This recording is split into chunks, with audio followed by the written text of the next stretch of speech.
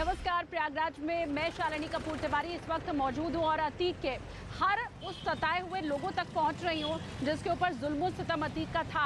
लेकिन आपको बताएं, अब पुलिस की नज़र अतीक के बेटे के ऊपर इस वक्त है, असद के ऊपर इस वक्त पुलिस की नज़र है। जिस वक्त उमेश पाल हत्याकांड को अंजाम दिया गया उस वक्त यही प्रयागराज में असद मौजूद था। लेकिन खबर अब ये मिल रही है कि कुछ दिन यहाँ रुकने के बाद सीधा असद दिल्ली फरार हुआ। देश की राजधानी दिल्ली में मार्च के पहले हफ्ते में असद पहुंचा था और एक दो दिन नहीं 10 से ज्यादा दिन तक दिल्ली में असद रुका हुआ था। असद का है ये तो पुलिस को नहीं पता है, लेकिन असद के 3 मददगारों तक पुलिस जरूर पहुंच चुकी है और उन तीनों की गिरफ्तारी भी हो चुकी है। अब इन लोगों ने असद को कहां भगाया था, कैसे उसकी मदद की थी, किस जगह उसे छुपाया गया था, ये सारे राज खुलना बाकी है। और उम्मीद यही है कि 3 लोगों की जब गिरफ्तारी हो चुकी है तो फिर असद भी कहां छुपा होगा ये बहुत जल्द पुलिस को पता चल जाएगा। और असद के ऊपर 5 लाख का इनाम है। देखिए, अतीक अहमद के परिवार का ये पहला ऐसा सदस्य है जिसके ऊपर इनाम की राशि इतनी ज्यादा है। 2.5 लाख रुपए इनाम की राशि असद के ऊपर थी, अब उसे बढ़ाकर 5 लाख तक कर दी है। और यही खबर है कि असद तक किसी भी पल पहुंच सकती है पुलिस।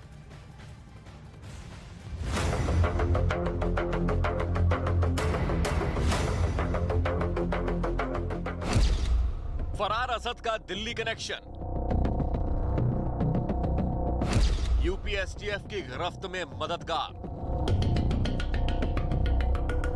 असद के करीब पहुंची पुलिस।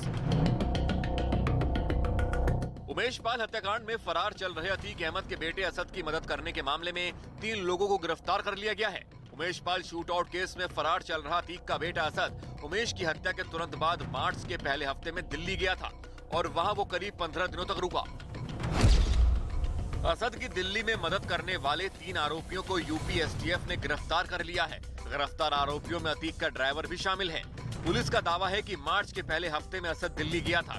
इस दौरान असद के साथ शूटर गुलाम भी दिल्ली में ही छिपा था। इसके साथ ही असद ने दिल्ली में छिपे रहने के दौरान अपने पुराने ड्राइवर जावेद को पैसे लाने मेरठ भेजा था। तरीके से जो अतीक अहमद का बेटा असद है वो दिल्ली पहुंचा और किस तरह से साउथ दिल्ली में उसने शरण ली, कौन कौन लोग उसके साथ यहां पर शामिल थे, इसी को लेकर दिल्ली एनसीआर में लगातार यूपी एसटीएफ और दिल्ली पुलिस की जो रेड है वो लगातार जारी है। उमेश पाल हत्याकांड के आरोपी असद और गुलाम को 2 हथियार तस्करों ने दिल्ली में शरण दी थी। असद जामिया नगर और पश्चिमी दिल्ली के अलावा अन्य जगहों पर 15 दिन तक छिपा रहा। उसके बाद उसने दिल्ली से भी अपना ठिकाना बदल लिया। गिरफ्तार लोगों में अतीक का ड्राइवर भी शामिल है। पुलिस सूत्रों का दावा है कि उमेश पाल की हत्या के तुरंत बाद यानी मार्च के पहले हफ्ते में असद दिल्ली गया था और दिल्ली में असद करीब 15 दिनों तक रुका था। यूपी एसटीएफ की सूचना पर पिछले महीने दिल्ली पुलिस स्पेशल सेल की काउंटर इंटेलिजेंस ने असद के मददगार 3 आरोपियों को आर्म्स एक्ट के मामले में दबोचकर यूपी एसटीएफ को सौंप दिया था। वेस्ट दिल्ली का इलाका है, वहां पर भी अतीक अहमद के कुछ मददगारों के हाइडआउट जो है वो दिल्ली पुलिस को मिले हैं, जिसको लेकर यूपी एसटीएफ से वो जानकारी साझा की गई है। दिल्ली पुलिस ने पिछले महीने अवतार सिंह नाम के एक हथियार तस्कर को गिरफ्तार किया था। पूछताछ में उसने बताया कि खालिद और जिशान को उसने हथियारों की खेप दी थी, जिसके बाद 28 मार्च को खालिद और जिशान को शेख सराय से गिरफ्तार कर लिया गया। दोनों के कब्जे से 2 पिस्टल और कारतूस बरामद किए गए। दोनों ने पूछताछ में बताया कि उन्होंने असद और गुलाम को शरण दी थी। वहीं अब दिल्ली की स्पेशल सेल ने सभी गिरफ्तार तस्करों को यूपी एसटीएफ के हवाले कर दिया है, जिसके बाद यूपी पुलिस और यूपी एसटीएफ एक-एक परत को खोलने में जुट गए हैं।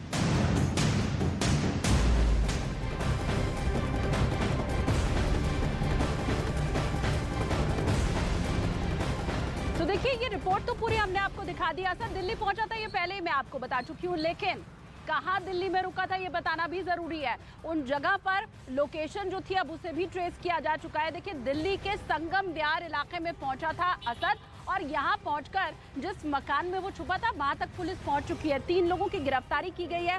इसके अलावा अभी कुछ और लोग भी छुपे हो सकते हैं और उनका राज ये जो 3 लोग पकड़े गए हैं वो जरूर उगलेंगे, ऐसी पुलिस को उम्मीद है। मेरे सहयोगी दीपक वहां पर पहुंचे थे, क्या कुछ वहां पर उन्होंने देखा, ये ग्राउंड रिपोर्ट उनकी आप देखिए। अतीक अहमद का बेटा असद पिछले 15 दिन से दिल्ली में छिपा बैठा था, लेकिन इसके बारे में किसी को जानकारी नहीं थी।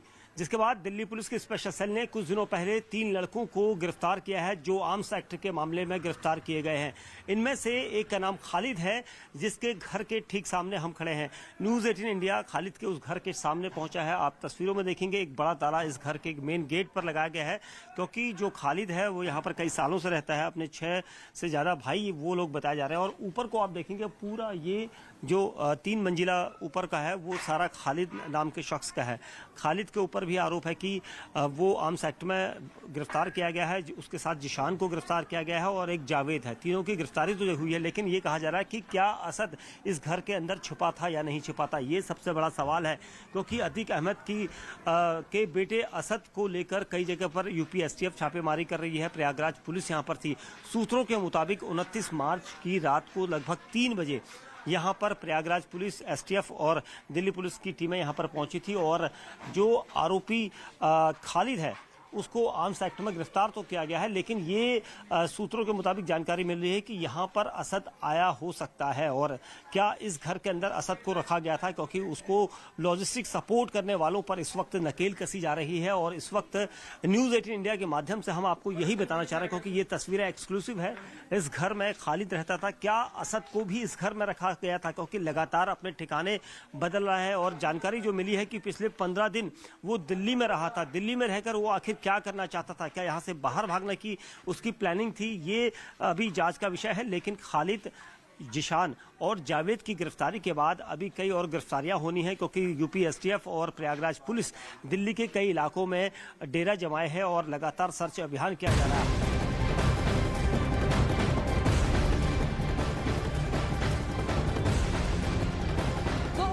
हत्याकांड को लेकर पुलिस की दबिश लगातार जारी है। प्रयागराज से लेकर दिल्ली तक पुलिस की टीम लगातार एक्शन में देखी जा रही है, जहां पर छापेमारी की जा रही है ताकि असद और उसके मददगारों को पकड़ा जा सके, जानकारी जुटाई जा सके। लेकिन इस बीच न्यूज़ 18 इंडिया की टीम प्रयागराज में अतीक अहमद के ठिकाने पर पहुंची। ये वो ठिकाना है जहां से अतीक का पूरा साम्राज्य चलता था। और इस जगह के बारे में कहा यह भी जा रहा है कि उमेश पाल हत्याकांड की पूरी प्लानिंग दरअसल इसी जगह से की गई। ये रिपोर्ट देखिए। न्यूज़ 18 इंडिया इस वक्त प्रयागराज स्थित अतीक अहमद के दफ्तर पहुंचा हुआ है। इसे आप मात्र दफ्तर मत समझिए, अतीक अहमद का पूरा साम्राज्य यहीं से चलता था।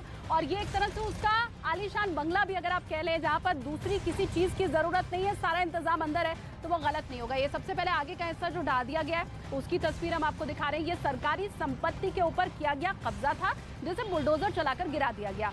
लेकिन वो इलाका अंदर अब भी मौजूद है, जहां अतीक के बहुत से काले कारनामे बंद हैं। और उनकी तस्वीर एक एक करके आपको दिखाते हैं हम। ये ग्राउंड फ्लोर से लेकर पहला जो तला है वहां तक, और फिर उसके बाद ऊपर छत तक हम जाएंगे। अंदर जरा आप आइए। ये दफ्तर के अंदर हम जैसे ही प्रवेश करते हैं, ये यहाँ पर एक बड़ी सी जगह है। और अब जिस जगह मैं आपको लेकर के जाऊंगी वो देखकर आप हैरान रह जाएंगे।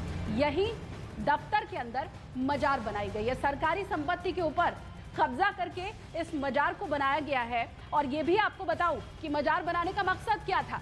ये मजार इसलिए बनाई गई थी ताकि जब भी कभी रंगदारी वसूलनी हो, जब भी कभी अपहरण करना हो, किसी की हत्या करनी हो, कहीं जाकर बम गिराना हो, तो सबसे पहले यहाँ आकर मजार पर चादर चढ़ाई जाए।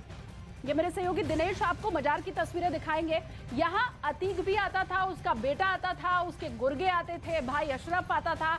जब भी कोई बड़ा काम किया जाना होता था तो उसके पहले आकर यहाँ पर चादर चढ़ाई जाती थी। उनका ये मानना था कि चादर चढ़ाएंगे तो अल्लाह काम में सफलता देंगे। अब जरा आप सोचिए, एक आम आदमी भगवान की पूजा पाठ कब करता है? जब बच्चे का एग्जाम होता है, जब आपको नौकरी की जरूरत होती है, जब कहीं से पैसा आने वाला होता है, शादी ब्याह होता है। ऐसे कामों के लिए आम आदमी भगवान के दरवाजे जाता है, मत्था टेकता है, आशीर्वाद लेता है। लेकिन अतीक और उसके गुर्गे, उसका बेटा, मजार पर चादर तब चढ़ाते थे जब उन्हें रंगदारी चाहिए होती थी, जब उन्हें फिरौती चाहिए होती थी, जब उन्हें हत्या करनी होती थी। ये उदाहरण अपने आप में अकेला है। ऐसा उदाहरण दूसरी किसी जगह आपको नहीं मिलेगा। और ये वाकई चौंकाने वाली बात है। फर्स्ट फ्लोर पर बहुत से राज दफन है, क्योंकि जो प्रथम तल है इस बिल्डिंग का, वहां अतीक का ऑफिस हुआ करता है। बड़ा सा हॉल है, हॉल के अंदर दफ्तर, और दफ्तर के अंदर उसकी बेगम शाइस्ता परवीन भी आती थी। शाइस्ता परवीन वहां आकर अपने गुर्गों के साथ बैठकर प्लानिंग किया करती थी। और ये कहा जा रहा है कि उमेशपाल हत्याकांड की पूरी प्लानिंग यही दफ्तर में बैठकर रची गई थी। ऊपर आइए दिखाऊं आपको कि दफ्तर अतीक का कैसा था। ये हम फर्स्ट फ्लोर पर पहुंच चुके हैं। इधर जरा आप देखिए किचन बनाकर रखा गया है, ये किचन है। अब मंत्रणा अगर लंबी चले, बाहर से गुर्गे आए हो और बैठकर मीटिंग चल रही हो तो पूरी व्यवस्था खाने पीने की इसी किचन के अंदर हो जाया करती थी। बाहर से कुछ ऑर्डर करने की जरूरत नहीं है, ना बाहर से कोई आएगा ना यहाँ से कोई बाहर जाएगा। राज कैसे निकलेगा। ये एक और कमरा यहाँ पर है, अलग अलग कमरे इस दफ्तर के अंदर बनाए गए हैं। अभी वीराना जरूर पड़ा हुआ है, लेकिन एक वक्त में यह गुलजार हुआ करता था। अब यहाँ से जब आप इधर को मुड़ेंगे सीधे हाथ की तरफ, तो ये जो दरवाजा आपको दिखाई दे रहा है ये बहुत अहम है। अंदर अतीक का दफ्तर है। आइए, ये इधर आपको टूटी पड़ी बिल्डिंग दिखाई देगी जिसे गिरा दिया गया बुलडोजर चलाकर। तस्वीरें फिर से आपको दिखाऊं ताकि यह पता चल सके कि शख्स कितना भी बड़ा हो, लेकिन बुरा काम अगर कर रहा है तो अंजाम यही होगा जो अतीक की इस बिल्डिंग का हुआ और इसे धराशायी कर दिया गया। अब दिनेश इधर आते हैं और अंदर दफ्तर में प्रवेश करते हैं। आइए, ये बड़ा सा हॉल अतीक का दफ्तर है। जगह बहुत है, एक साथ कई गुर्गे बैठकर यहीं प्लानिंग किया करते थे। बताया जा रहा है कि उमेशपाल हत्याकांड के पहले शाइस्ता परवीन यहीं आई थी, गुर्गों के साथ बैठी थी और उमेशपाल हत्याकांड की पूरी साजिश रची गई थी। दो जगह, एक तो यहाँ जहाँ मैं मौजूद हूँ और तस्वीरें आपको दिखा रही हूँ, और दूसरा था बरेली जेल जहां अतीक का भाई बंद है और वहां पर 3 घंटे मीटिंग चली थी और वहां भी उमेशपाल हत्याकांड की प्लानिंग की गई थी। अब ये जरा देखिए, रजिस्टर ऊपर से लेकर नीचे तक आप दिखाइए दिनेश। कई राज इसमें भी दफना आपको मिल जाएंगे।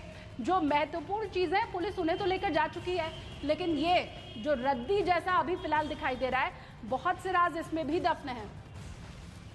ये कागज जो आपको दिखाई दे रहा है, इसमें कैसे धोखाधड़ी, टैक्स की चोरी अतीक ने की है, वो बंद है। बड़े लंबे पन्ने हैं, तकरीबन ये जो पन्ना है 100 से ऊपर है, 150 पन्ना है। पहले पेज पर ही आपको दिखाती हूँ कैसे 25 टन जो स्क्रैप है लोहे का, वो अवैध तरीके से वसूला गया। इसके बाद अगले पन्ने पर आपको दिखाती हूँ, ये देखिए 80 टन 54,800 रुपए का।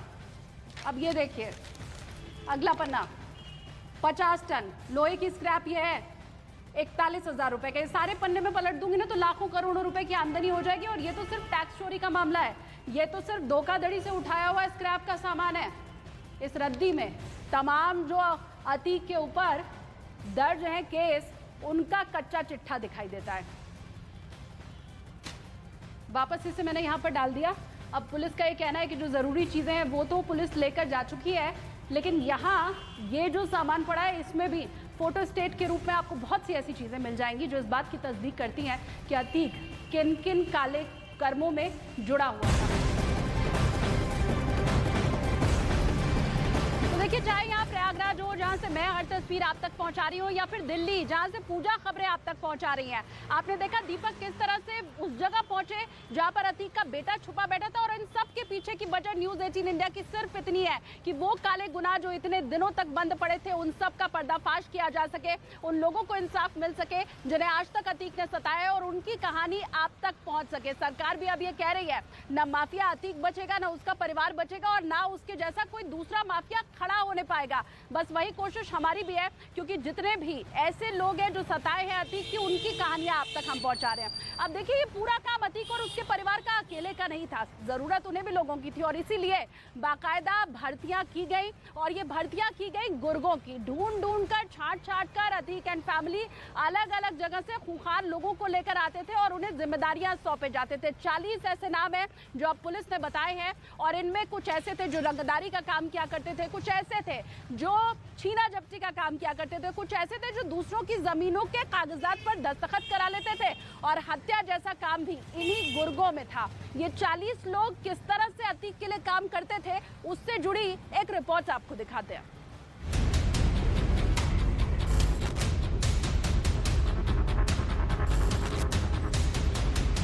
उत्तर प्रदेश के अंदर कोई माफिया सिर तान करके नहीं चल सकता है।